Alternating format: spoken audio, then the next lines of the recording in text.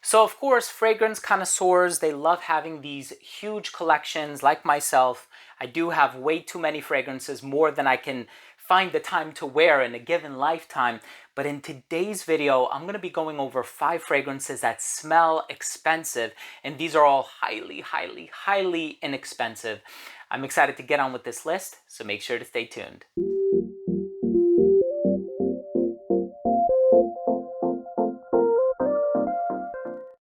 Now, before I begin today's episode and I give you my thoughts on these highly inexpensive fragrances that smell expensive, I'll tell you how close I find them to be to the original. I'll talk about performance, longevity, all that good stuff.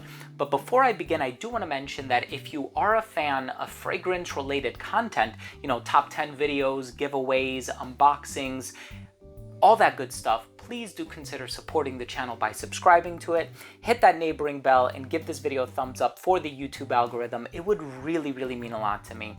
And of course, these are 5 fragrances that in my opinion smell so close to the real thing. Now, I am going to focus on fragrances from the brand Dossier in today's video. I do have about 30 or 40 Dossier fragrances. I've acquired so many throughout the years, and the brand has been around for a very long time. I think I initially discovered them one day when I was visiting my late friend Carlos, and I was riding the subway, and they had so many advertisements in the subway, and I was like, a brand that I don't know about, and I'm a fragrance aficionado, so I ended up picking up a bunch of them throughout the years. I've acquired a lot of them, and I noticed that they are in constant demand. People are finding their alternatives, and they're realizing that, oh wait, these fragrances are actually really accurate. They cut out the middleman.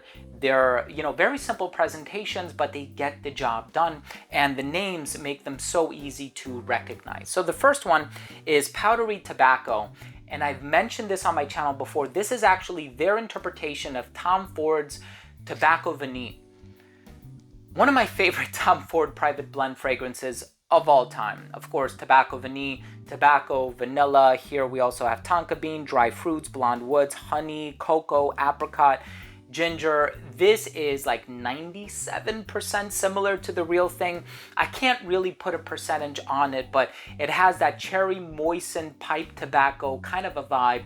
It's a really authentic tobacco fragrance. And of course, I do own the original, and I've owned it since like 2012 or 2013 or something like that. I love the private blends. I have like 24 private blends, everything from Azure Lime to Tobacco Vanille to Noir de Noir, Oud Wood, Neroli Portofino, Mandarino di Amalfi. I have so many Tom Fords, one of my favorite brands. But here you have Powdery Tobacco.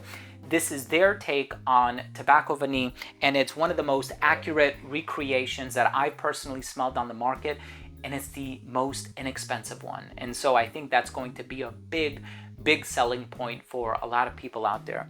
Of course, we also have another Tom Ford inspiration. This is called Citrus Neroli.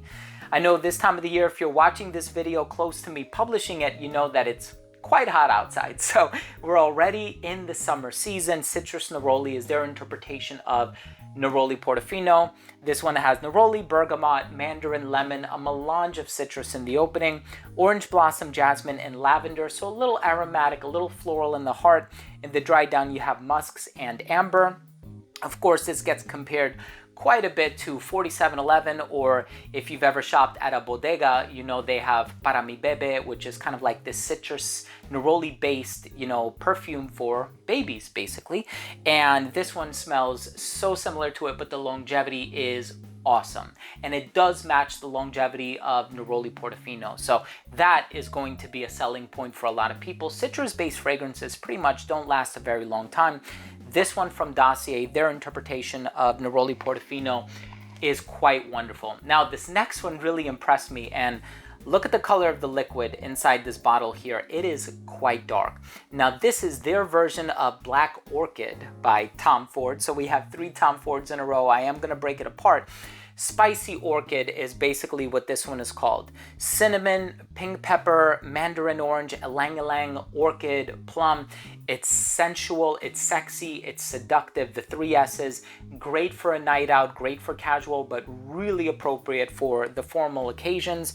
This one is marketed for women. The first 2, of course, are totally unisex, but this one is absolutely wonderful, and I can't rant and rave enough about it. I think it's so close to the original, and it really doesn't make sense to purchase the original if you have access to this one, because like I said, it's in the vein of like 95% similar.